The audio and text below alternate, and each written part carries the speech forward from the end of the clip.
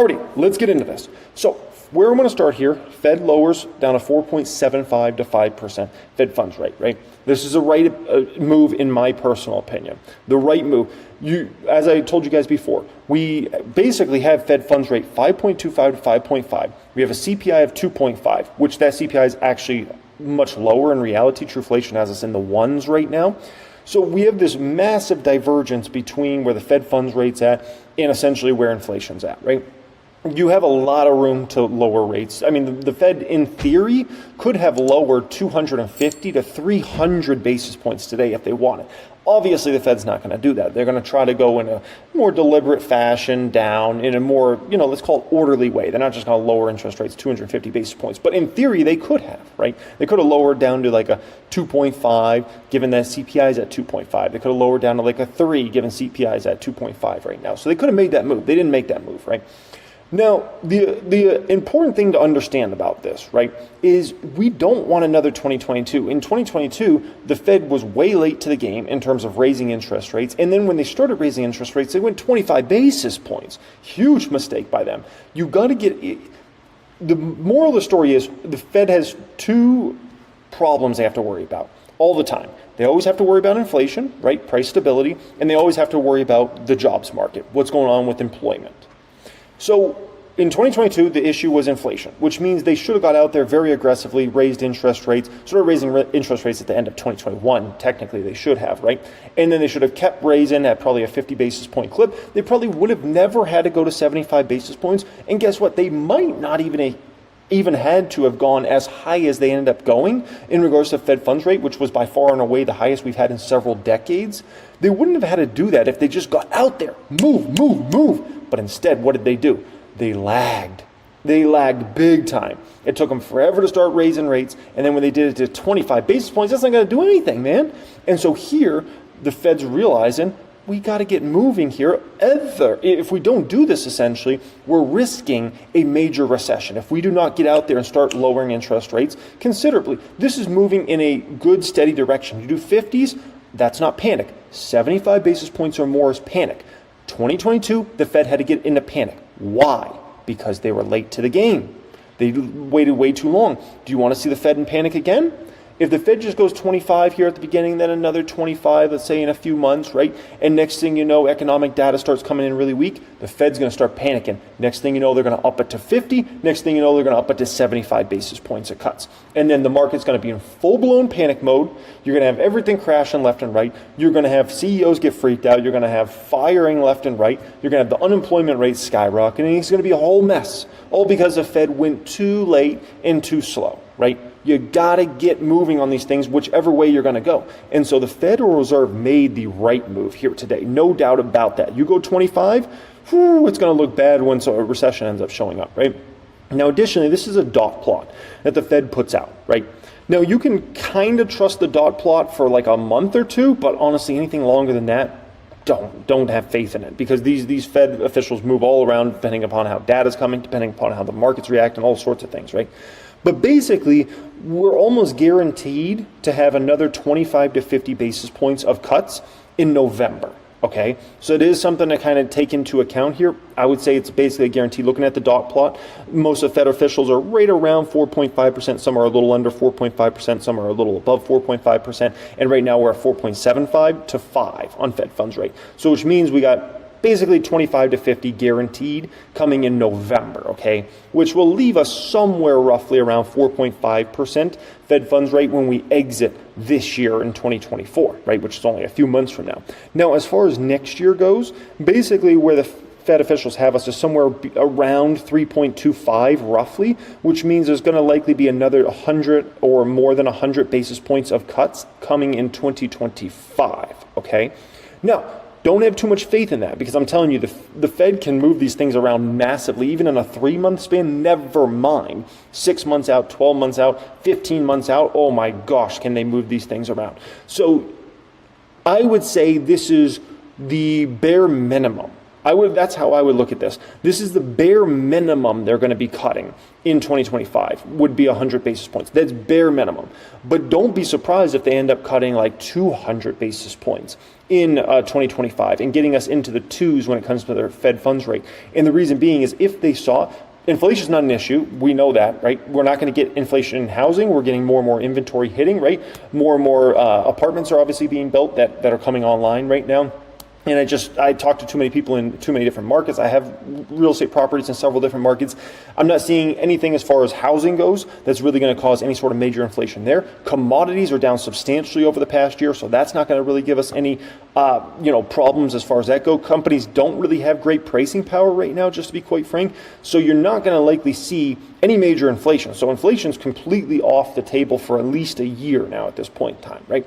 But if you see the employment market weaken, guess what the Fed's going to do? They're going to have to come in with several 50 basis point cuts. So you could see this 50, then maybe another 50 in November potentially, and then you could see something like 4 50 basis point cuts, one in the first quarter, second quarter, third quarter, and fourth quarter next year, right? Assuming inflation is not an issue, which it's not going to be, and assuming the employment market doesn't look that great. If employment looks great, let's say we have an unemployment rate under 4.5%, I believe the Fed will take it down to 25 basis point cuts, right?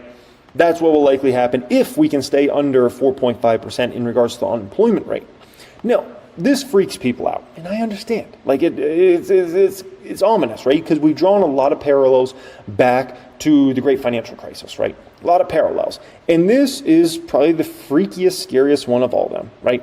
The Fed cut interest rates, cut Fed funds rate by 50 basis points September 18th, 2007. And here it is, September 18th, 2024, and they just cut 50 basis points. That's freaky, right? Very freaky. But I would say this should be something that gives people a little bit more confidence. The unemployment rate's still relatively low compared to 2007. With 4.7% then, it's 4.2%. So the Fed likely in 07, they started playing the game a little too late in terms of the cuts, and the dominoes fell too fast, right? This is one of those situations you look out there and you're like, they might be able to stop the unemployment rate somewhere in the kind of the 5s or the 6s, which would be ideal. Great financial crisis was ugly. We went all the way up to 9, 10% unemployment rate. That was really, really ugly. Since they're getting out here earlier in the cycle, this could give you a better chance at, let's call it a soft or a medium landing, rather than almost guaranteeing a hard landing like obviously they had in 07. So that's a little food for thought in regards to that, right? Now, the important thing to remember, because you see the Fed cutting rates here today, a lot of people get this assumption of this feeling that like this is going to massively help out the economy tomorrow, today, right now, okay? Listen, these cuts the Fed's doing right now, okay, the cut they just did today, this will be felt in the actual underlying economy for consumers, for businesses, and it will be felt 1 to 3 years from now, okay? This isn't felt right now. This isn't like you go to the restaurant and you're hungry and you order the burger from McDonald's and they bring it to you in 2 minutes and you eat it right away, okay? This is like going to a fine dining restaurant where it takes a while to prepare the whole meal. That's what this is like, okay? So don't think this magically fixes, if you feel like the economy is not in the best place, just understand it's going to be likely even in a worse place 6 or 12 months from now because the Fed lags. And it's not just like this fixes everything. No different than when the Federal Reserve was raising interest rates. It's not like that magically fixed inflation right away. If it would have, we would have seen inflation not be an issue, certainly in 2022. And yet inflation was still an issue all the way until really the beginning, the first half of 2024, way after the Fed started raising. So this is something you got to keep in mind out there is the lags are here. And it's just not enough people talk about the lags. I'm like, it's kind of important, right? So here's a way to look at this. The 2024 cuts we're getting, right? These will be felt in the underlying economy and the business community. These will be felt late 2025 to 2027, okay? So we got some time to play out here. The cuts they're going to be doing in 2025, which there's I would say, if I had to predict how much they're going to cut in 2025, I would say between 100 and 200 basis points. 100, the lowest I could see them cutting in 2025. 200, probably the most I see them cutting in 2025, unless it got insanely ugly for some reason or something like that, right? So these cuts in 2025 we're going to be getting, those will be felt. In 2026 to 2028, okay? The next 12 months we have here, we're in no man's land, okay? The Fed raising rates and keeping rates so high for so long, that's going to continue to hit us for the next year, okay? And so that's the important thing to remember is now we're in this time period of no man's land where, you know, that hiking cycle is going to continue to weigh on the economy. It's going to continue to kind of put pressure on us and kind of keep us down for the next year. And it's just something you have to factor in when you're kind of thinking about the economy, when you're thinking about businesses, when you're thinking about numbers and things like that. This stuff doesn't work like overnight. You wish it did, but it really doesn't. Okay, so that's just a little food for thought in regards to that. Hey there, it's Jeremy. I hope you really enjoyed that clip here today. What I'm showing you right now is 1000xstocks.com. This is a specific software that has been designed to save you time. It's a one-stop shop for long-term investors to know how the company is doing, listen to what management has planned for the future, and compare companies next to each other.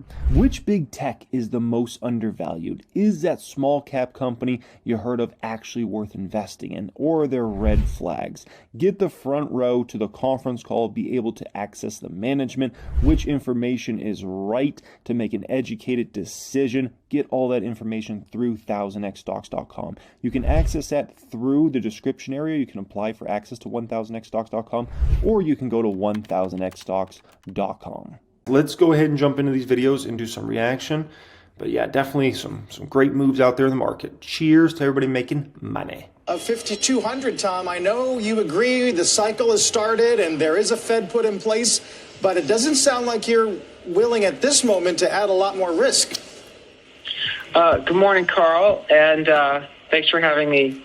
You know, Carl, I've got, I think, two time frames. I think what Steve said about the recalibration is really important because I think investors also need to recalibrate. There are too many that were in the camp of a hard landing coming, or the Fed would be too late.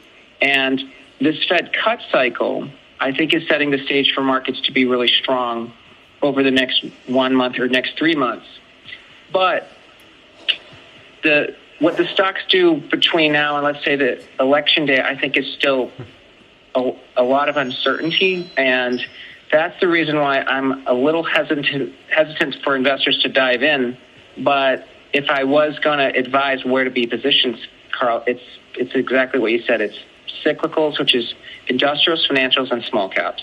Right, with a preference for that. Darden Restaurants, their numbers came out. They own a bunch of different restaurant brands. They're kind of a restaurant giant. But their big dog brand is Olive Garden. Sales were very disappointing at Olive Garden. If I recall, it was down close to 3%, their same-store sales at Olive Garden, which just goes to show me even more so that Cake's North Italia brand is really positioned for this next 10 to 20 years in terms of expansion, in terms of really getting that consumer taste. Because Olive Garden always kind of been very, you know, in terms of Italian food quality, Olive Garden's always been very kind of lower tier, right? And I think people are ready for like a higher tier, kind of more national brand. I think that's where North Italia is going to emerge over this next 10, 20 years. And Olive Garden is kind of facing kind of a Chili's, Applebee's type fate, I feel like, over the next many years. Over your traditional Mag 7 tech AI build-out trade? I think tech and Mag 7 still keeps up with the market, and that's why someone owns it and they have tax implications. I wouldn't sell it. But for all these folks that have been sitting on defensive positions or thinking the Fed cut was going to be too late and the market was going to, equity markets were going to fall, I think those folks have to allocate into cyclical stocks, especially small caps, because they are not only sensitive to the cut in rates because of variable rate debt, but they're going to benefit from the cyclical boost to the economy as mortgages, the cost of mortgages drop, auto loans, credit cards, the lift to the consumer, potential M&A. All these are big tailwinds for small caps. I guess then the risk to this, Tom, is that inflation comes back, right? If you're talking about this big cyclical recovery because of what the Fed's doing. Yeah, but to be fair, though, you're always going to have inflation in the economy. Like, we have to get out of this mindset of like thinking like 2 to 3% inflation is going to ruin everything and we're done and the Fed's going to have to raise rates. No, the Fed's actually fine with 2 to 3% inflation, just to be quite honest. Where we have issues is whenever that CPI goes above 4. That's when we have problems. That's when the Fed starts kind of getting really freaked out. They start having to raise rates, consider raising rates. So, right, if we're around 2.5%, 3.1%, 3.5%, the Fed's going to be in no panic mode in regards to that. And that's not a panic mode for you as an investor. But if all of a sudden you see a CPI approach 4, go over 4, now we're talking. You see a 5, okay. Now you need to start getting very scared. But that's just something to keep in mind. We should always have inflation. Always. If we ever don't have inflation, that means, it got really ugly out there. That means we're facing deflation, right? Which means ultimately we're likely in a massive, massive recession. It's true. But I think one thing investors have to distinguish is that real growth, like GDP growth, doesn't mean inflation pressures, because inflation is, a mismatch of supply and demand. And I think there is a lot of excess supply potentially coming. For instance, housing could have a supply response. And if you look at the two biggest drivers for inflation for the past 8 quarters, it's been shelter and rent rolls and auto insurance. And auto insurance, I think these insurers have reached sufficiency, so you're not seeing the premium increases anymore. So unless the rest of the CPI basket accelerates, inflation is actually falling pretty sharply. Yes. Hey, Tom, on the labor market, we're going to get 2 prints before the November meeting. Some of these doves are arguing that labor is going to force a faster pace of cuts because historically they argue the change in monetary policy doesn't get felt in the labor market for 4 quarters, and the peak impact is not for 8 quarters. I wonder if you agree. I don't think there's anything wrong with people looking at the history of labor markets, especially as people know, as labor markets slow, it has a cycle of its own. The one thing that I think we have to keep in the back of our minds is that CEOs have been cautious for the last 2.5 years because the Fed telegraphed a tightening cycle to fight inflation. So I think that the fact that rates and now we're in an easing cycle means that companies are going to actually start doing expansion. So I think the labor market and the Fed is mentally knocking down these monthly numbers. I think tailwinds are emerging for labor markets to actually strengthen. Yeah. Well, claims would definitely back you up today at 219, even though some argue about seasonal distortions. Tom, look forward to talking in person soon. Tom Lee this morning. All right, Tom Lee. So Tom Lee, listen, that's an interesting Tom Lee. He's still, I got to say, for Tom Lee, almost bearish, right? You got to understand, Tom Lee definitely fits into the camp of people that have come across as perma bulls, right? And so hearing Tom Lee's commentary there, he's still kind of uncertain, still talking about, well, if I had to tell somebody where to put money in the market, those sorts of things. I thought he brings up a great point in regards to a lot of people off sides, convinced a hard landing. You don't have it yet. Fed's already lowering rates. What do you do? And that puts a pressure on folks that are maybe off sides in this market and aren't really invested very heavily. And he does bring up a good point in terms of if those individuals are going to try to play catch up to this market, you're going to have to play it through small caps now at this point in time, right? Hey there, it's Jeremy. I hope you really enjoyed that clip here today. What I'm showing you right now is 1000xstocks.com. This is a specific software that has been designed to save you time. It's a one-stop shop for long-term investors to know how the company is doing, listen to what management has planned for the future, and compare companies next to each other. Which big tech is the most undervalued? Is that small cap company you heard of actually worth investing in? Or are there red flags? Get the front row to the conference call, be able to access the management, which information is right to make an educated decision. Get all that information through 1000xstocks.com. You can access that through the description area. You can apply for access to 1000xstocks.com, or you can go to 1000xstocks.com. The Professor Jeremy Siegel. University of Pennsylvania's Wharton School of Business. He's also chief economist at Wisdom Tree. And Professor Siegel, this is what you thought the Fed should do, not necessarily what you thought they would do. What's your reaction this morning? His camera's high quality.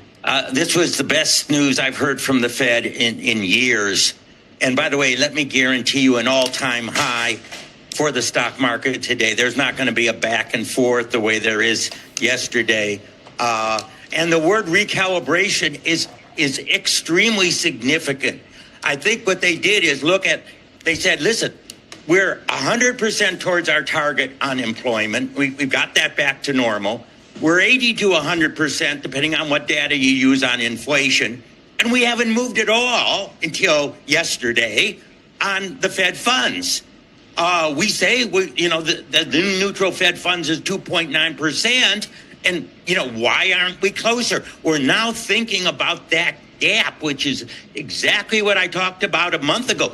Not these baby steps. Think about the gap. And now it is remarkable. In the June meeting, they thought there was going to be one cut by year end. Now the September meeting, and by the way, the data hasn't been all that much different. Now 4 cuts. 2 that we had yesterday, 1 at each of the other meetings. And by the way, I've been looking at the market, figuring in what I see, and they expect 1 cut at every meeting over the next, 6 meetings that we're going to have through June of next year. That will bring the Fed funds rate down 200 basis points to 3.33%, which is where I think it should be. So, this is fantastic news for the market and great news for the economy. Jeremy, I can't help but think of what our first guest this morning, Roger Ferguson, had to say. He's the former vice chair at the Fed. He wanted 25 basis points, but he said you could make the case for either 25 or 50. His point, as somebody who's been in that room for a long time, is, maybe the market's getting ahead of itself. It got this 50 basis points, and now it thinks that that's the norm, and that these cuts are going to come fast and continuously, and that may not be the case. You said that the market welcomed a big cut and it wants more. What if the market is just getting ahead of itself and those big cuts aren't to come, that this was, okay, we're going to front end load it, and then we're going to go slowly? Would that be a huge disappointment? No, because as I mentioned, if I'm looking at the futures market, and by the way, I think right now the Fed dot plot is in almost complete sync once you make that risk premium correction with 25 basis points, not 50.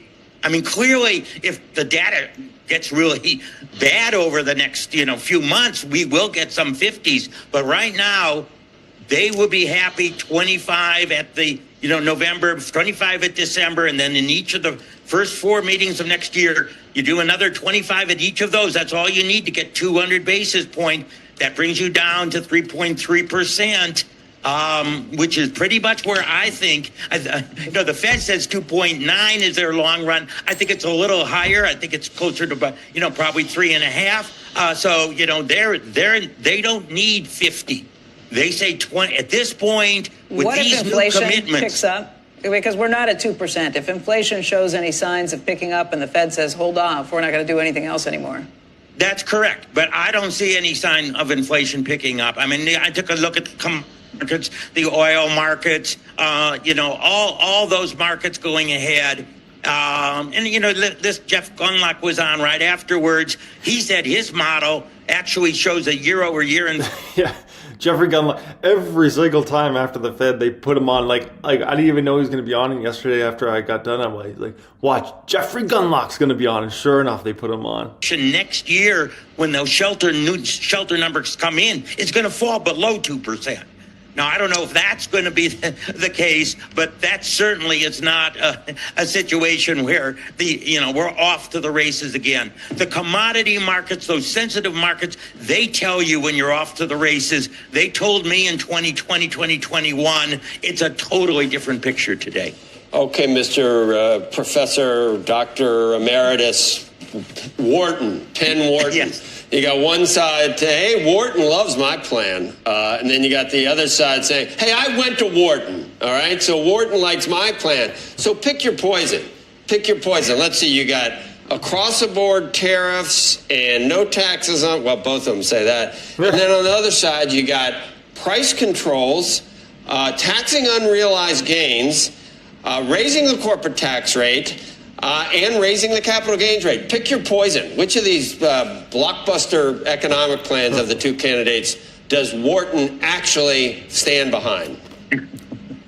I don't think any. I think all of them are, extreme, and none of them are going to be implemented. 100%. It's going to be a close election. I think it's going to be a divided government. So, and Wall Street knows that none of that crap's getting through. There's why the market's rallying the way it is. If anybody actually believed any of this crap's going to go through, believe me, the market would not be in the position it's in right now. It's going to be, and that's exactly what the market wants. Right. Harris might be ahead a bit now. I actually think, if I had to come down on, I think she'd win. But I think the Senate's going Republican. The House is going to be very close. You can't get your wish. Either Trump nor Harris could get their wish and we're list both done. And so, it's going to be blocked. Thank goodness. Right. The market, Thank goodness. said that. Yeah, and that's funny. Thank goodness neither of the plans has any chance of seeing the light of day. That's the cynical. Except for the renegotiate at the end of next year, as we all know, that is the big time renegotiation. There must be a renegotiation of a lot of taxes by the end of next year. If it's a divided government, it'll be a lot of compromises going on. Should they stay in or come out? Should they be rescinded? Should we get rid of them or keep them? Well, I'm pretty shocked. The SALT deduction, the Democrats were screaming when Trump put it in, and then Biden kept it when he controlled both houses of Congress. And now the Republicans who signed it are saying they don't want it. Right. So you go figure it out, Joe.